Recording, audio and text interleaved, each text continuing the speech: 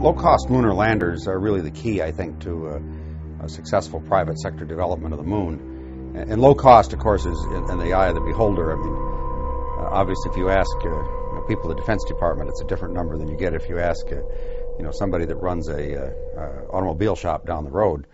But I think the answer to that can be really quite low, and I'll cite a couple things that are going on that are very exciting.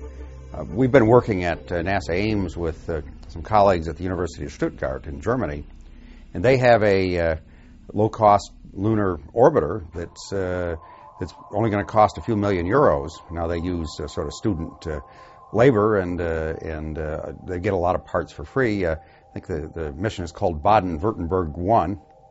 I'm also told that they sold it by saying that there was going to be a land rush from the moon, and Germany wanted to get its share. So I'm not sure we should encourage that kind of thinking.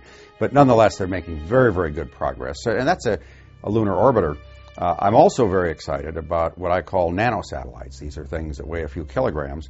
And I don't see any reason that we can't land a 5-kilogram mission on the lunar surface that would have up to a kilogram of useful payload.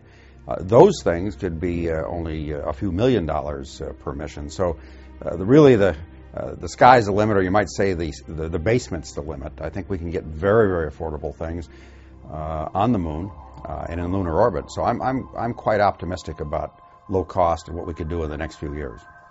It's important to keep in mind the initial set of requirements and purposes of the vision for space exploration.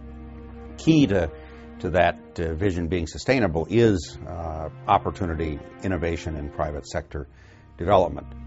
That having been said, very early on, I think we're going to need to see from lunar exploration some real private sector investments and also private sector returns. Clearly, some of the early ones could be scientific. I'm quite excited about the possibilities of putting observatories on the moon, reminding everyone that most observatories on the Earth are funded by private sectors and private individuals that are interested in science but want to leave a legacy. So I think we might see quite early on scientific establishments on the moon that would be funded by private sector individuals.